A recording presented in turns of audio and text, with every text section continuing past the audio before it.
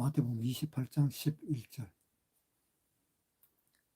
여자들이 갈새 파수꾼 중 몇이 성에 들어가 모든 된 일을 대제사장들에게 고하니 그들이 장로들과 함께 모여 의논하고 군병들에게 돈을 많이 주며 가로되 너희는 말하기를 그의 제자들이 밤에 와서 우리가 잘 때에 그를 도둑질하여 갔다 하라. 만일 그 말이 총독에게 들리면 우리가 권하여 너희로 근심되지 않게 하리라 하니 군병들이 돈을 받고 가르친 대로 하였으니 이 말이 오늘날까지 유대인 가운데 두루 퍼지니라. 11 제자가 갈릴리에 가서 예수의 명하시던 산에 이르러 예수를 배웠고 경배하나 오히려 의심하는 자도 있더라. 예수께서 나와 일러 가라사대 하늘과 땅의 모든 권세를 내게 주셨으니 그러므로 너희는 가서 모든 족속으로 제자를 삼아 아버지와 아들과 성령의 이름으로 세례를 주고 내가 너희에게 분부한 모든 것을 가르쳐 지키게 하라. 볼지어다 내가 세상 끝날까지 너희와 항상 함께 있으리라.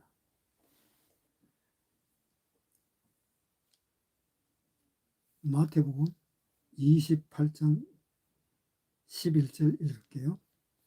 여자들이 갈새 파수꾼 중 몇이 성에 들어가 모든 된 일을 제사장들에게 고하니 그들이 장로들과 함께 모여 의논하고 군병들에게 돈을 많이 주며 가로되 너희는 말하기를 그의 제자들이 밤에 와서 우리가 잘 때에 그를 도둑질하여 갔다 하라. 그러니까 이제 여자들이 이제 예수님 부활했다는 소리를 듣고 이제 갔습니다. 갈릴리로 갔겠지요. 가고 나니까 예수님이 부활했다고 이 대제사장들과 이런 사람들이 그 입을 막기 위해서 돈을 훔쳐갔다 그러라. 그러면서 돈을 주고 그렇게 했습니다. 하나님이라는 것은 자기가 그것을 보고 알았으면은 그 하나님을 믿는 것에 대해서 구원받을 수 있는 그 길도 열렸을 수도 있었는데 그것이 묵살이 되어버렸습니다. 그러니까 결국 갈릴리로 가시고 그 과정에서 누구 하나 한 사람이라도 예수님이 바로 하나님이시다는 것을 생각지도 못하고 있습니다. 그것을 생각하는 사람들은 아마 여기 예수님 부활 소식을 천사들한테 들었던 이 여자들은 예수님이 하나님이시라는 것을 알았겠죠. 그리고 제자들은 물론 이 베드로라든가 그런 사람들은 또 그렇게 알았을지도 모르겠습니다. 그러나 이 베드로고 이런 사람들은 이제 반 동안이나 따라다녔던 그 예수님이 그는 돌아가시니까 아무것도 안 하시면 뭐냐? 남는 것이 하나도 없지 않느냐? 라는 그러한 생각을 했을 것입니다.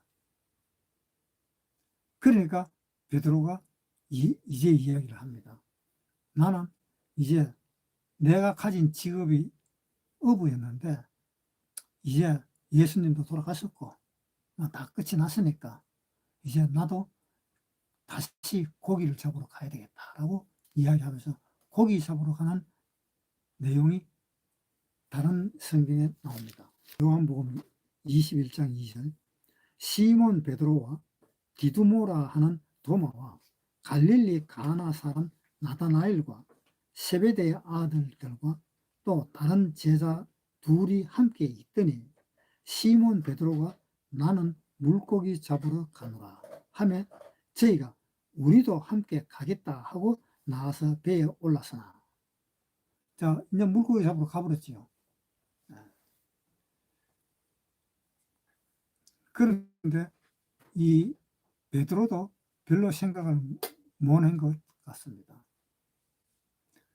예수님은 분명히 이야기했습니다. 나는 임마누엘이다. 자, 한번 보세요. 마태복음 1장에 한번 보겠습니다. 마태복음 1장 23절. 보라, 처녀가 잉태하여 아들을 낳을 것이요 그 이름은 임마누엘이라 하리라 하셨으니 이를 번역한즉 하나님이 우리와 함께 계시다 합니다. 그러니까 예수님의 이름은 임마누엘인데 이 임마누엘이라 하는 그 뜻은 하나님이 함께 계신다라는 뜻입니다. 그러면 예수님이 돌아가시고 난 뒤에 그 예수님도 역시 이 베드로와 함께 있다라는 것을 이 베드로는 그것을 알았어야 됐어요. 물론 알고 있었을지도 모르겠죠. 그러나 이런 내용 자체를 생각조차 못한 것입니다. 예수님이 오셔가지고 돌아가셔서 하늘나라로 가셨다. 그렇지만 내가 너와 함께 있다. 그래서 내 이름은 임마누엘이다. 그것만 알았다면 이렇게 나는 물고기 잡으러 가야 되겠다.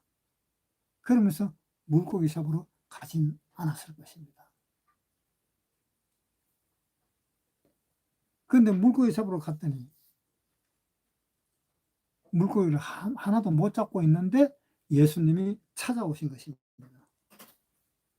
뭐라 했어요? 그물을 배 오른편에 던지라. 오른편에 던지라 하니까는 오른편으로 던지니까 물고기가 153마리가 잡혔는데 이 배가 깔아앉으려고 합니다. 그래서 동료한테 이야기해서 다른 배에도 실을 싣도록 그렇게 했었던 것입니다.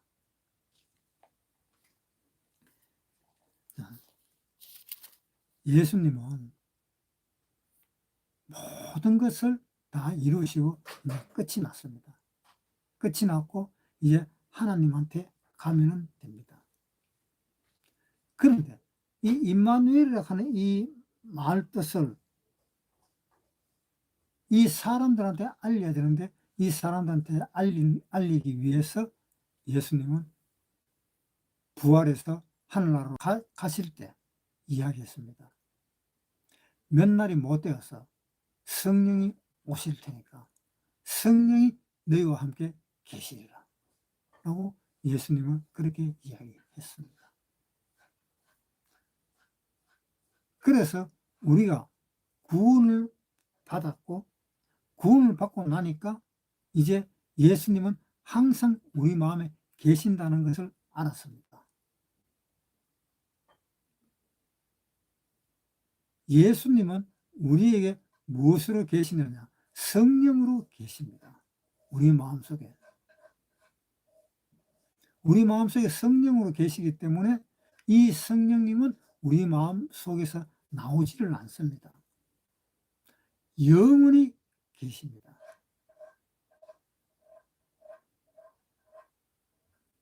그렇기 때문에 우리가 성령을 받아야 되는 그 이유가 이제 하나님하고 영원히 있기 때문에 성령을 받으라고 이야기했습니다. 요한복음 20장 19절부터 이날 곧 안식 후 첫날 저녁 때에 제자들이 유대인들을 두려워하여 모인 곳에 문들을 닫았더니 예수께서 오사 가운데 서서 가라사대 너희에게 평강이 있을지어다. 이 말씀을 하시고 손과 옆구리를 보이시니 제자들이 주를 보고 기뻐하더라. 예수께서 또 가라사대 너희에게 평강이 있을지어다. 아버지께서 나를 보내신 것 같이 나도 너희를 보내노라. 이 말씀을 하시고 저희를 향하사 숨을 내쉬며 가라사대 성령을 받으라.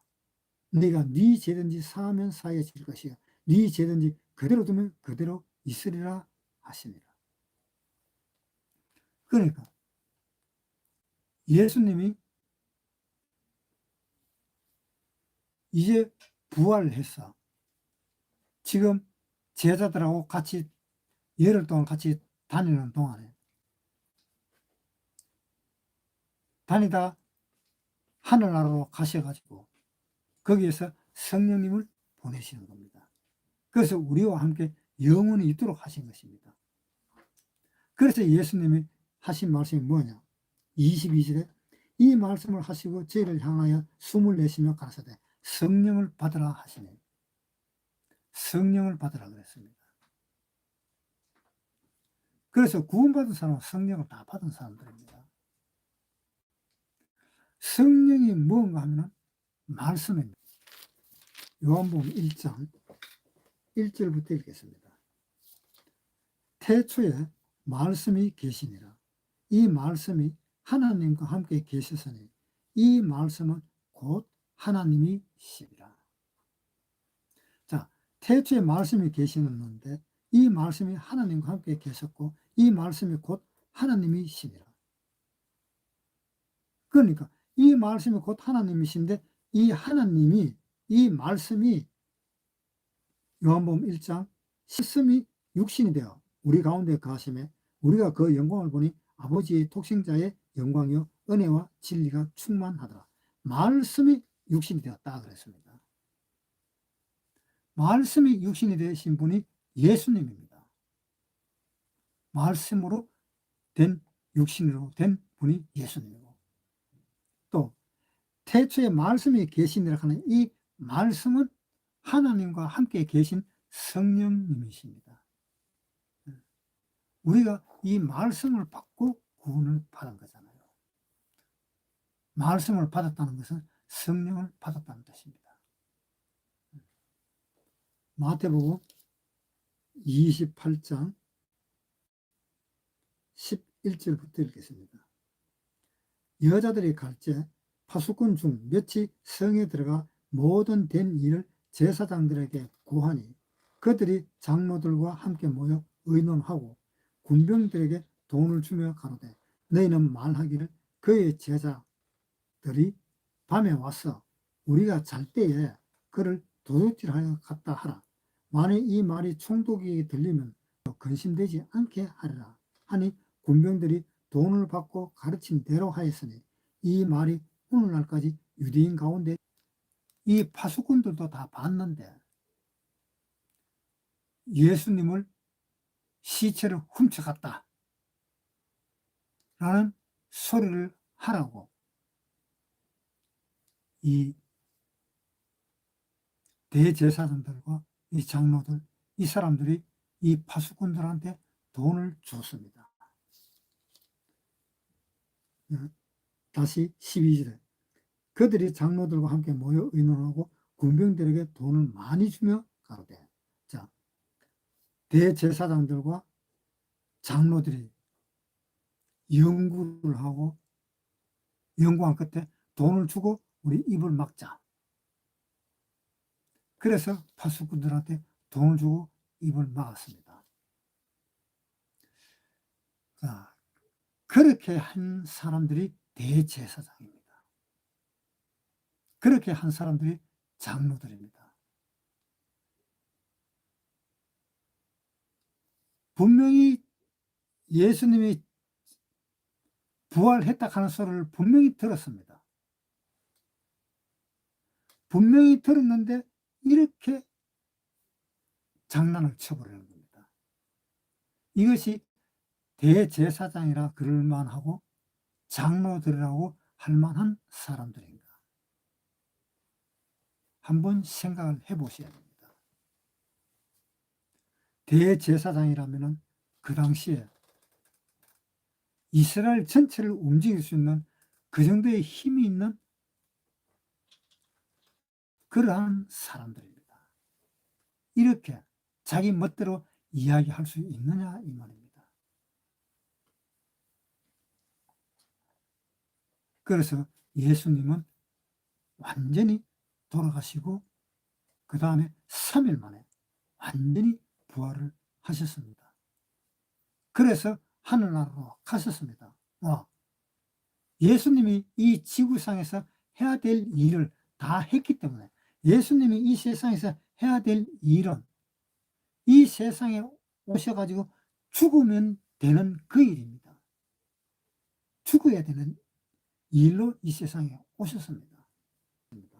히브리서 10장 5절. 그러므로 세상에 임하실 때에 가라사대 하나님이 제사와 예물을 원치 아니하시고 오직 나를 위하여 한 몸을 예비하셨도다. 전체로 번제함과 속죄제는 기뻐하지 아니하시나니 이에 내가 말하기를 하나님이여 보시옵소서. 두루마리 책에 나를 가리켜 기록한 것과 같이 하나님의 뜻을 행하러 왔나이다 하시니라. 자, 예수님은 하나님의 뜻을 행하러 오셨습니다. 하나님의 뜻이 무엇이냐? 하나님의 뜻은 바로 죽으러 오신 것입니다. 마가복음 한번 보세요. 마가복음 10장 45절. 인자에 온 것은 섬김을 받으려 함이 아니라 도리어 섬기려 하고 자기 목숨을 많은 사람의 대속물로 주려 함이니라. 자기 목숨을 많은 사람의 대속물로 주려 함이니라. 이 말이 무슨 말입니까? 많은 사람의 대속물, 많은 사람 대신에 죽으러 왔다 이 말이잖아요.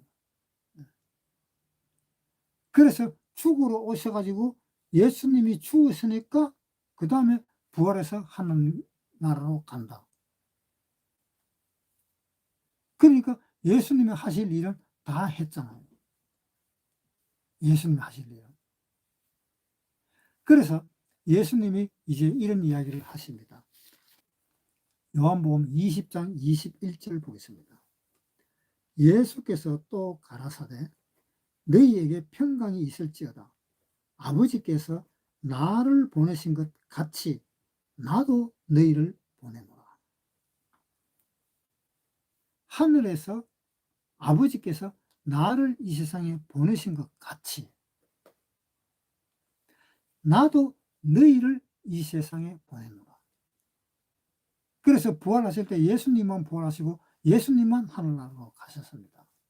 우리를 놔두고 가셨습니다. 왜 우리를 놔두고 가셨느냐? 하나님이 나한테 시키는 그 일대로 너는 저 세상에 내려가서 죽어야 된다. 그래야만이 저 세상 사람들이 전부 다 구원을 받게 된다.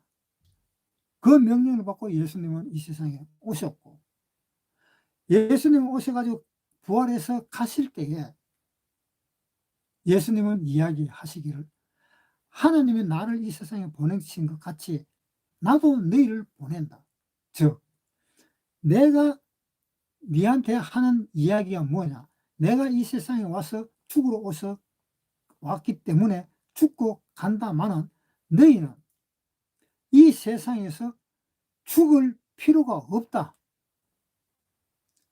아니면 죽더라도 네 육신 자체를 죽는 것이 아니고 네 마음을 죽여라. 네 마음을 죽여서 이 세상 사람들을 잘 인도하라. 하나님께로 잘 인도하라. 라는 그것 때문에 예수님은 우리한테 그 명령을 내리고 하늘나라로 가셨습니다. 21절에 예수께서 또 가라사대 너희에게 평강이 있을지어다. 아버지께서 나를 보내신 것 같이 나도 너희를 보내노라. 이 말씀을 하시고 저를 향하사 숨을 내쉬며 가라사대 성령을 받아라. 너희가 네 죄든지 사하면 사해질 것이요 네 죄든지 그대로 두면 그대로 있으리라.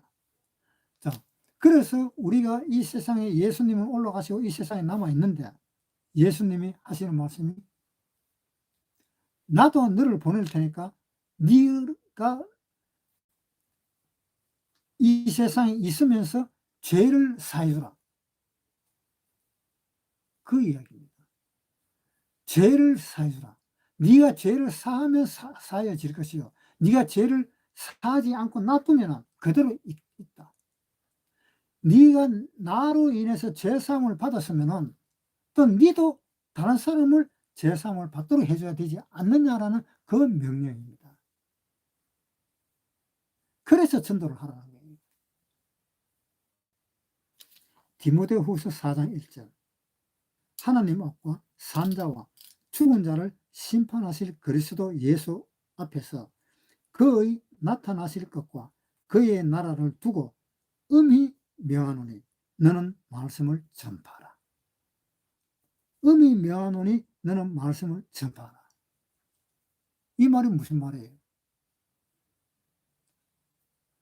내가 니한테 말하는데 이 말을 그냥 들을 것이 아니고 하나님이 명령하신, 그것도 엄하게 명령하신 그 말씀을 듣고 지키라는 겁니다. 예수님이 우리를 구원시켰듯이 우리도 이 세상에 남아서 다른 사람을 구원시켜야 되잖아요. 그것이 명령이잖아요.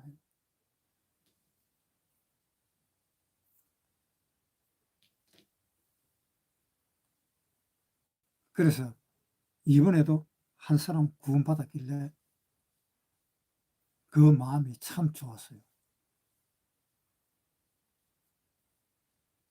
그래서 우리는 알게 모르게 모두가 전도자예요. 모두가. 우리 교회에 10명이 나와서 전도를 하면 한 사람 전도할 수 있어요.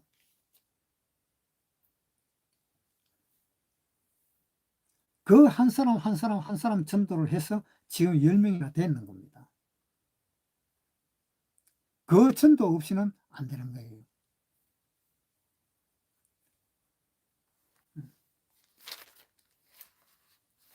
마태복음 28장 16절. 11 제자가 갈릴리에 가서 예수의 명하시던 산에 이르러 예수를 배웠고 경배하나 오히려 의심하는 자도 있더라. 의심했는 사람이 누가 있었어요? 요한복음 20장 24절. 12 제자 중에 하나인 디두모라 하는 도마는 예수 오셨을 때에 함께 있지 아니한지라.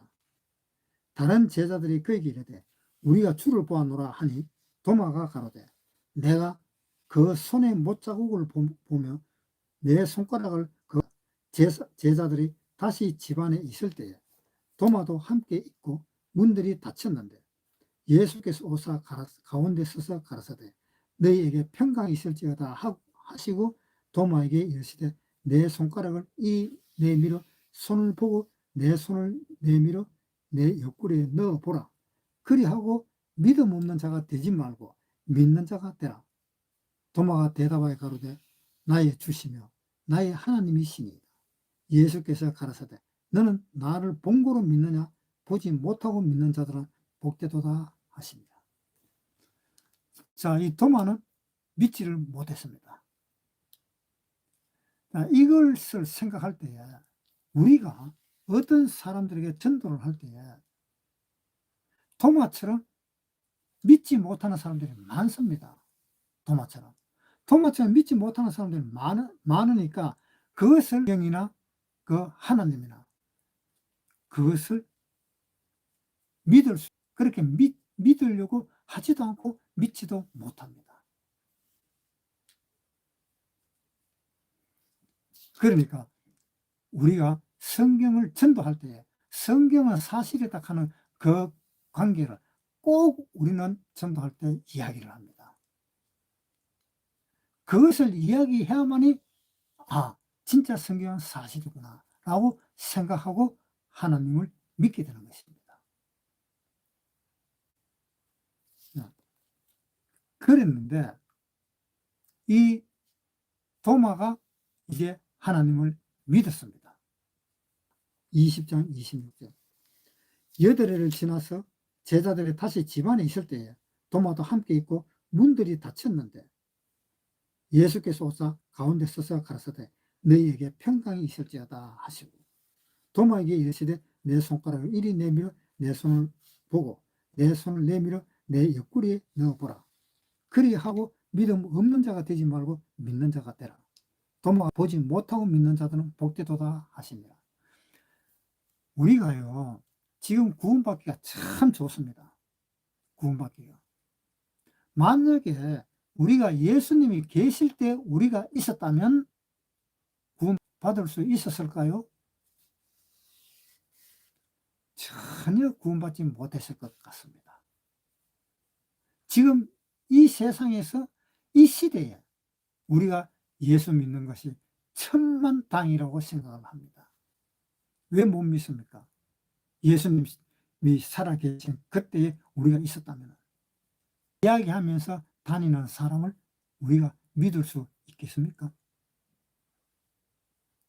못 믿잖아요. 정신 나간 사람이라고 생각하잖아요. 지금 이 세상에서 내가 예수다 하면서 십자가 못 박히가 십자가에 달려 죽을 사람이다 하면서 십자가를 지고 가고 내가 예수님이다 하고 나를 믿으라 하고 하면 지금 믿을 사람이 어디 있겠느냐 이 말입니다.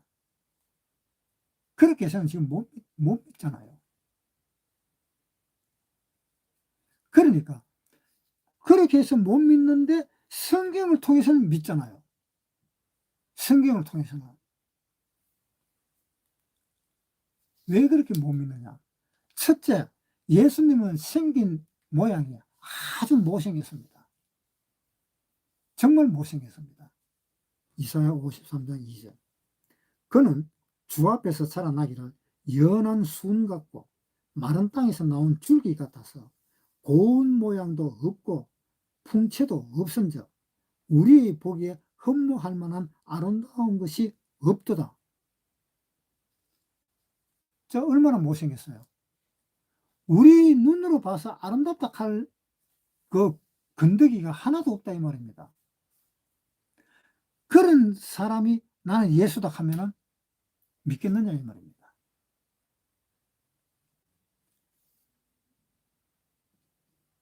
그런데 나는 이 베드로라든가 이 예수님의 제자 12제자들 참 믿음이 강하다고 봅니다. 예수님이 길 가다가 배를 짚는 거 보고 제자를 삼으라고 이리로 오너라 하니까 갔어요. 베드로도 가고 또 안드레도 가고 다 갔어요. 뭘 보고 가는지 모르겠어요. 얼굴도 못생겼지. 그렇다고 해서 뭐 돈이라도 많은 것도 아니지. 그렇다고 해서 뭐 먹을 것을 재놔 놓고 먹는 사람들도 아니지. 뭐 볼 것이 하나도 없잖아요. 그런데 안드레고 오라 그러니까 한결같이 왔다 이 말입니다. 그물 짚는 것도 다 버려두고. 한번 보세요. 마태복음 4장 18절. 갈릴리 해변에 다니시다가 두 형제 곧 베드로라 하는 시몬과 그 형제 안드레가 바다에서 그물 던지는 것을 보시니 저거는 어부라. 말씀하시되 나를 따라오너라 하니 내가 너희로 사람을 낳는 어부가 되게 하리라 하시니 저희가 곧 그물을 버려두고 예수를 쫓으니라. 자, 예수님이 나를 따라오너라 하니까 그대로 그물이고 뭐가 다 팽개쳐버리고 예수님을 따라갑니다. 만약에 내가 그 시대에 살았다면 그 시대에 내가 어부였다면 예수님을 바로 따라가면 우리 집사람이 뭐라 그러겠어요? 참 이거 별 희한한 사람 다 봤네. 그 사람 뭐 믿고 따라가노? 그 이야기 할 거 아닙니까? 저도 따라가려고 하면 잠깐 있어 보세요. 내가 우리 집 사람한테 물어보고요. 가면 우리 집 사람한테 좀 물어보면 야, 그 손 돈도 없고 뭐도 없고 생긴 것도 뭐 하고 그거 따라가 갖고 뭐 한다고. 니 혼자만 밥 먹냐? 나는 안 먹이 살리고? 그렇게 이야기하면 못 따라가잖아요. 그런데 그 따라간 사람들 보면 참 신기한 거예요. 그건 보통 넘는 사람입니다. 마태복음 28장 16절 11 제자가 갈릴리에 가서 예수의 명하시던 산에 이르러 예수를 배웠고 경배하나 오히려 의심하는 자도 있더라. 예수께서 나와 일러 가라사대 하늘과 땅의 모든 권세를 내게 주셨으니 그러므로 너희는 가서 모든 족속으로 제자를 삼아 아버지와 아들과 성령의 이름으로 세례를 주고 내가 너희에게 분부한 모든 것을 가르쳐 지키게 하라. 볼지어다 내가 세상 끝날까지 너희와 항상 함께 있으리라. 자, 여기 보세요. 18절에 예수께서 나와 가라사대 하늘과 땅의 모든 권세를 내게 주셨으니 모든 권세를 내게 주셨다. 이 권세가 어마어마한 권세입니다. 하늘과 땅의 모든 권세를 내게 주셨다. 그 모든 권세를 예수님한테 주셨다는 겁니다. 하나님이. 모든 권세를 예수님한테 줬는데 그러면은 그 모든 권세가 또 우리한테도 넘어올 수 있다는 겁니다. 모든 권세가. 왜 그럴까? 우리는 구원을 받아서 하나님의 신부로 있습니다. 하나님의 신부입니다. 예수님과 부부입니다. 예수님과 부부인데 남편만 그럴 권이 있고 신부는 그럴 권이 없느냐 이 말입니다. 왜? 둘은 동등합니다. 신부와 신랑은 동등합니다. 단지 가장 중요하고 가장 근본적이고 그러한 것은 하나님이 알아서 하시겠지만 그러한 것은 예수님이 알아서 하시겠지만 그러나 그 둘의 그 사랑하는 마음은 동등합니다. 그래서 하나님께 받았는 그 권세를 예수님이 받았습니다. 예수님이 받았으니까 너희는 이제 가라. 전도하러 가라 이 말입니다. 그 받았는데 우리가 신부가 됐는데 신부도 그러할 권은 있습니다. 다시 보겠습니다. 19절 그러므로 너희는 가서 모든 족속으로 제자를 삼아 아버지와 아들과 성령의 이름으로 세례를 주고 자 이렇게 세례를 주고 족속으로 삼고 하는 것은 누구만 가지고 있었다고 생각을 했습니까? 예수님만 가지고 있다고 생각을 했잖아요. 지금까지만 해도 예수님만이잖아요. 자, 한번 보세요.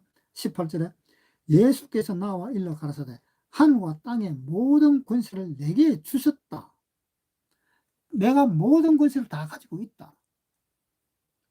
그러면서 그러므로 너희는 가서 모든 족속으로 제자를 삼아 아버지와 아들과 성령의 이름으로 세례를 주고 내가 너희에게 분부한 모든 것을 가르쳐 지키게 하라. 우리가 할 수 있는 부분이 있잖아요. 우리가 할 수 있는 부분이 뭡니까? 그러면 너희는 가서 모든 족속으로 제자를 삼으라. 예수님이 제자 삼다. 우리도 제자를 삼으라. 그리고 아버지와 아들과 성령의 이름으로 세례를 주고 너희가 세례를 주라. 세례를 주고 내가 너희에게 분부한 모든 것을 가르쳐 지키게 하라. 내가 너한테 분부한 그 모든 것을 다 가르쳐서 지키게 하라. 이런 어마어마한 일들을 우리한테 맡기셨습니다. 볼지어다 내가 항상 너와 함께 있으리라. 이 세상 끝나고 어때요? 또 하나님 나라에까지 가서 하나님 나라에서 영원히 사는 겁니다. 이 세상에서 할 일, 이 세상 끝날까지 해야 할 일, 내가 엄히 명하노니 복음을 전파하라. 그러니까 이제 예수님은 우리에게 복음을 전파하라는 그 말씀 한마디를 남기고 성천에서 올라가셨습니다. 하나님이 내한테 가듯이 나도 너희한테 간다. 그러니까 너희는 온 족속으로 제자를 삼고 세례를 주고 내가 분부한 것 모든 것을 다 가리키고 세상 끝날까지 내가 네하고 함께 있을 테니까 그렇게 하라. 이것을 내가 엄히 명하노라.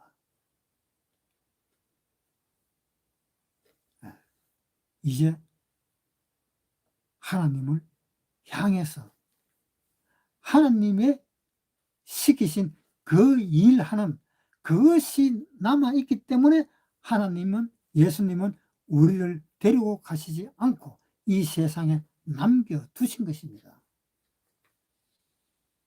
그런데 이 세상에 남겨주신 그 목적인데 사람들은 먹고 마시고 하는 그 일에 더 신경을 쓴다 이겁니다. 먹고 마시고 또 돈 벌고 또 어떻게 하면 이 세상을 좀 더 편하게 살까? 거기에 전전긍긍하면서 사는 사람도 있다 이 말입니다. 물론 돈은 벌어야 됩니다. 그러나 이렇게 목적이 바뀌어지면 됩니다. 전도서 7장 보겠습니다. 지혜도 보호하는 것이 되고 돈도 보호하는 것이 되나 지식이 더욱 아름다우면 지혜는 지혜 얻은 자의 생명을 보존함이니라. 그러니까 돈도 보호하는 것이 된다 이 말입니다. 전도서 10장 19절 잔치는 희락을 위하여 베푸는 것이요 포도주는 생명을 기쁘게 하는 것이나 돈은 범사에 응용된다. 돈은 범사에 응용이 된다. 그래서 내가 돈을 번다는 것은 상관이 없다 이 말입니다. 돈이 있으면 모든 것에 응용이 다 되니까. 그런데 응용이 된다는 것은 어디에 응용이 된다는 이야기인가 하면 자기가 잘 살고 자기의 삶에 대한 거기에 응용되는 것은 이야기하는 것이 아닙니다. 하나님의 복음을 전파하는 그 일에 응용이 되는 것입니다. 그 일에 응용이 되기 위해서 돈을 버는 것은 괜찮습니다. 상관없습니다. 그런데 복음 전하는 일에 응용이 안 되는 그 돈을 버는 것은 전혀 하나님하고 상관이 없는 겁니다. 그것은 자기와 상관이 있지 하나님하고 상관이 없는 겁니다. 우리는 하나님한테 구원을 받았을 때 너는 돈을 잘 벌어서 잘 먹고 잘 살아라. 그렇게 우리한테 가르치지 않았습니다. 그렇게 가르치지 않았는데 이방인처럼 그렇게 사는 겁니다. 그것이 구원에 살아서는 안 되는 거예요. 어디에 써야 될까? 그것을 생각하면서 하나님한테 돈을 쓰는 것이 그것이 하나님 나라에 가서는 큰 영광으로 나타나겠지만 자기를 위해서 돈 쓰면 그것은 아무것도 아닙니다. 그것은 불로 타버립니다. 그것을 생각하고 우리가 앞으로 이 삶을 다시 생각을 해야 돼요. 다시.